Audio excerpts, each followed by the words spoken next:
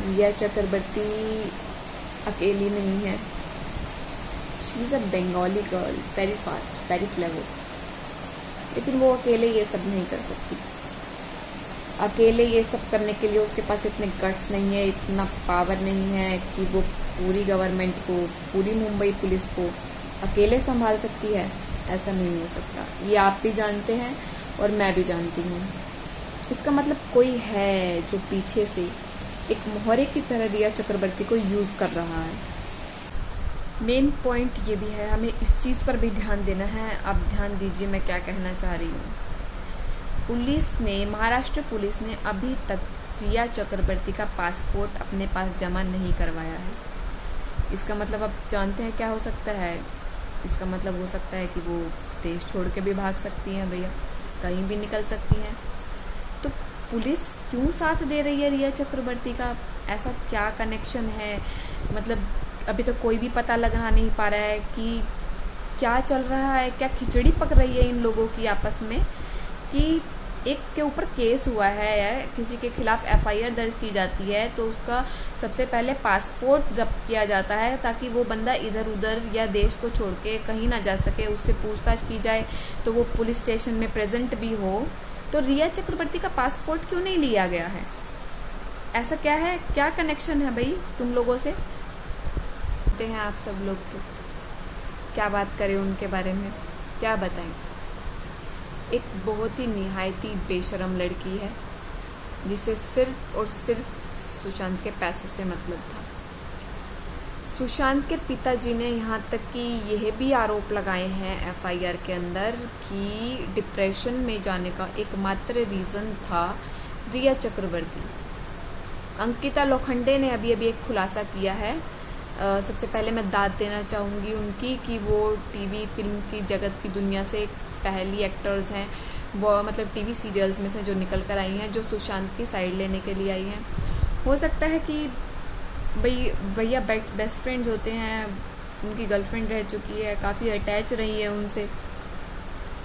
उन्होंने सबूत के साथ मतलब मैसेजेस, टेक्स्ट सब कुछ दिखाया है पुलिस को कि सुशांत ने 2019 में ही कह दिया था कि वो रिया चक्रवर्ती के साथ रिलेशन से खुश नहीं है, हैप्पी नहीं है, वो अनहैप्पी है बहुत। मतलब शायद सुशांत की फैमिली भी जानती थी, सिस्टर से भी शेयर किए उन्होंने, अंकिता ने, जो भी थॉट्स थे अपने।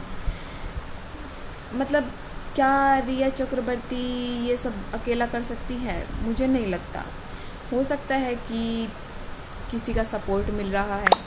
अदरवाइज़ आप खुद सोचिए कि इतने महंगे वकील करने के पैसे आ गए हैं उनके पास, तो अपने बॉयफ्रेंड के क्रेडिट कार्ड्स क्यों यूज़ कर रही थी भाई? जब इतने पैसे हैं खुद के पास तो बॉयफ्रेंड क्यों यूज़ कर।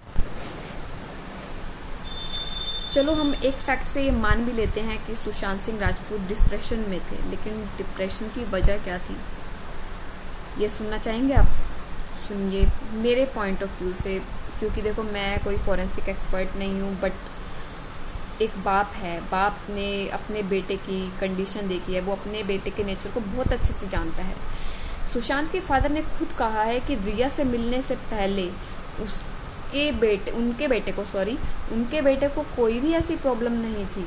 तो उनसे बेहतर उसको सुशांत सिंह राजपूत को कौन जान सकता है?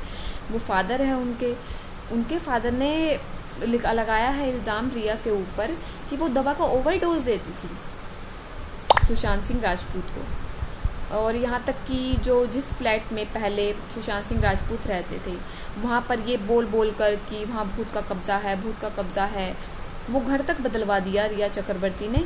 अपने फैमिली मेम्बर्स से मिलने नहीं देती थी। ऐसा क्या चल रहा था? ऐसा क्या करना चाहती थी रिया सुशांत के साथ?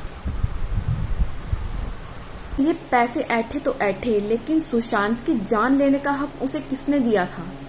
इतने साल वो उसके साथ रिलेशनशिप में रही है, क्या उसने एक बार भी उसकी फैमिली के बारे में नहीं सोचा? उस बाप के बारे में नहीं सोचा जिसने उसकी मतलब क्या फीलिंग आ रही होगी उनके पापा को जब उन्होंने सुशांत की अर्थी को कंधा दिया होगा? मन सोच के ही बहुत दुखी हो जाता है। मतलब हम उनके फैंस होकर इतने दुखी हैं, सोचो उनकी फैमिली की क्या हालत रही होगी। कैसे उन लोगों ने वो टाइम निकाला होगा, कैसे अपने आप को संभाला होगा। तो फ्रेंड्स, मेरी आपसे यही रिक्वेस्ट है कि प्लीज मेरी वीडियो को शेयर कीजिए, ताकि हम सीबीआई की जो जांच की मांग हमने की है उसको हम पूरा कर सके, हम उसको अपने मकसद पर ले जा सके, जो इस केस में असलियत में रिया के पीछे है उसको हम पकड़वा सके। Thank you.